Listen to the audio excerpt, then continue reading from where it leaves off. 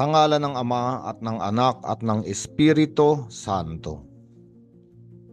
Panginoon, isugo mo ang iyong espiritu at pagpanibaguhin mo ang muka ng aming mundo.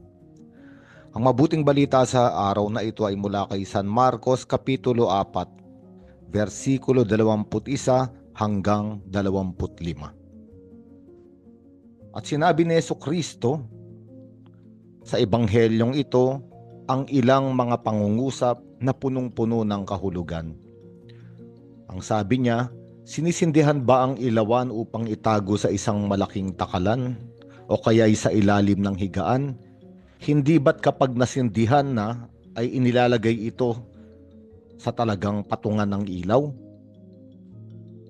At pinag-uusapan dito ay tungkol sa liwanag, na para bang sinasabi sa atin ng ating Panginoong Jesucristo na tayong mga tumanggap ng liwanag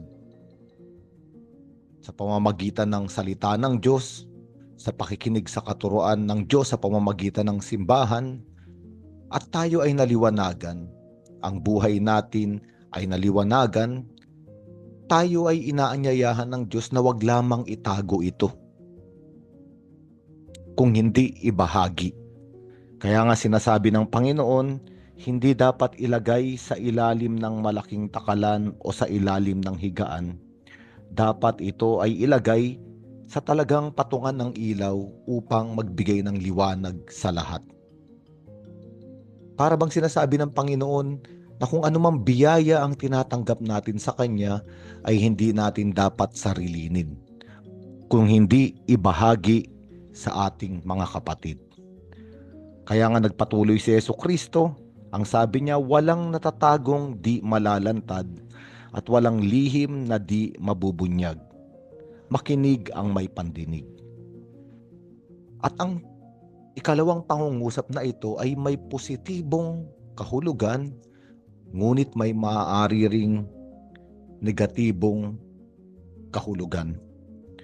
Ang positibong kahulugan ay tungkol din sa liwanag, na para bang sinasabi ng Panginoon, kahit itago natin ang liwanag, kahit ilihim natin ang liwanag na natanggap natin sa Diyos, isang araw ito ay malalantad. Isang araw ito ay mabubunyag.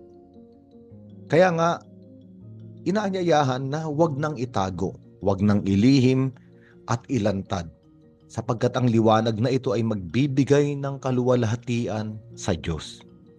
Ngunit ang pangungusap na ito ay katulad nung sinabi natin ay maaaring mayroong negatibong kahulugan. At ito naman ay patungkol sa kasalanan o sa pagkakamali ng tao o sa kadiliman na nasa kanyang buhay, na maaaring itago ito ng tao. Siya ay magkunwaring maligaya, mapayapa, malapit sa Diyos, ngunit anuman ang lihim na nakatago roon ay malalantad at mabubunyag din sa ilalim ng liwanag. Kaya nga, parang sinasabi ng Panginoon, wag na nating itago. Wag na nating ipagsinungaling. Wag na tayong magsuot ng maskara. Anuman ang kasalanan, kadiliman na nagpapahirap sa atin, ay ilantad na rin sa liwanag. Ilagay sa liwanag ng pag-ibig ng Diyos. Kaya nga sa sakramento ng pangungumpisal sa ating simbahan, ay nag-aanyaya na wag matakot. Ibukas ang laman ng ating puso, ang laman ng ating kalooban. Sapagkat anuman yan, anumang kahinaan o pagkakamali yan, kaya yang liwanagan ng dakilang pag-ibig ng Panginoon. Kaya nga, sabi ni Jesucristo, huwag nyo nang itago, huwag nyo nang ilihim, sapagkat para iyang sugat na kapag patuloy na tinatakpan, ay mas lalong lumulubha ang sugat, at mabuting ilantad at ilagay sa ilalim ng nagniningning na liwanag ng pagpapatawad at pag-ibig ng Diyos. Kaya nga, idinugtong pa ni Jesus, unawain ninyong mabuti ang inyong naririnig. Ang panukat na ginagamit ninyo sa iba ay siya ring gagamiting panukat sa inyo at higit pa roon. na para bang sinasabi ni Jesucristo na isa sa mga nakatagong kasalanan ng tao o nakatagong kahinaan nating lahat ay husgahan ang kapwa. At kapag tayo ay nanghuhusga sa kapwa, ang unang-unang nangyayari ay sinusukat natin yung tao. At kadalasan sinusukat natin yung tao sa kanyang kilos, sa kanyang pananalita, o sa kalagayan ng kanyang buhay, o sa ayos ng kanyang pisikal na anyo. At kadalasan, kapag sinusukat na natin ang tao, isa lamang ang ibig sabihin nun. Na para bang kilalang kilala natin yung tao, alam natin ang lahat ng tungkol sa kanya. Kaya may karapatan tayong sukatin at husgahan siya. Ngunit ito ay isang malaking kasalanan, sapagkat ang tanging nakakaalam sa katauhan ng bawat tao ay ang Diyos lamang. Ang Diyos lamang ang nakakaalam ng tamang sukat, at ang Diyos lamang ang may tanging karapatan na manghusga. At palagi, ang hustisya ng Diyos ay hustisya ng habag at pag-ibig. Kaya nga sabi ni Jesucristo, mag-ingat. Maaring maraming lihim o maaring maraming natatagong paghuhusga sa ating puso, sa ating kapwa. Mag-ingat, sapagkat baka ayon din ang gamitin sa atin ng Diyos. Baka ang ginagawa natin sa ating kapwa ay patuloy nating binibigyan diin ang kanilang kahinaan, kamalian at pagkukulang. Ayun lang ang sukatan natin para husgahan natin ang ating kapwa. Ang sabi ni Jesucristo, mag-ingat.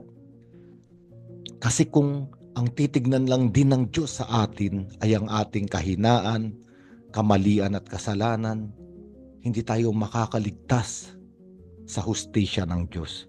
Ngunit salamat, sa likod nitong salitang ito, parang sinasabi ni Jesucristo, magpasalamat tayo sa Diyos. Sapagkat ang paraan ng pagtingin natin sa ating kapwa, salamat, hindi ayon ang paraan ng pagtingin sa atin sa Diyos, sa atin ng Diyos. Hindi ayon ang paraan ng pagtingin sa atin ng Diyos. Salamat, ang mata ng Diyos ay mata ng pangunawa at pag-ibig. Kaya nga sabi rito ni Jesucristo bilang pangwakas, ang mayroon ay bibigyan pa. Ngunit ang wala, kahit ang kakaunting nasa kanya, ay kukunin pa.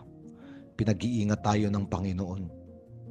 Na akala natin na tayo ay mas mabuti sa iba, mas marunong kaysa sa iba, mas malinis kaysa sa iba.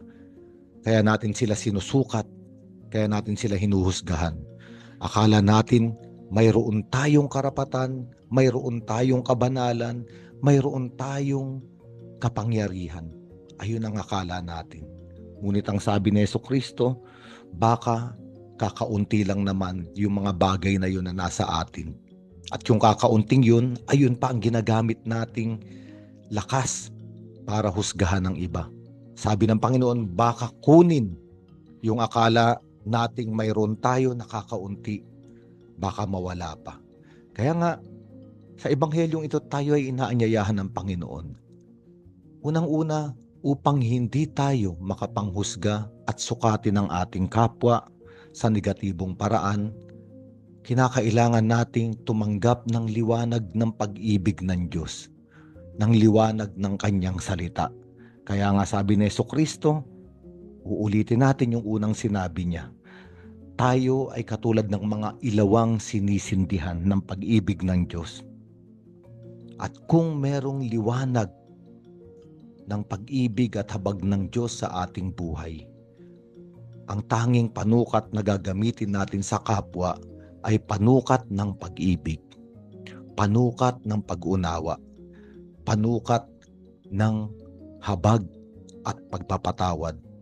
Ito ang sukatan na palaging ibinibigay sa atin ng Panginoon. Kaya nga, kung titignan natin, ano ba ang konkretong sukatan na ipinakita sa atin ng Diyos? At ito ay ang pag-ibig at pagpapatawad ni Jesus sa sukatan ng krus. Sa ngalan ng Ama at ng Anak at ng Espiritu Santo.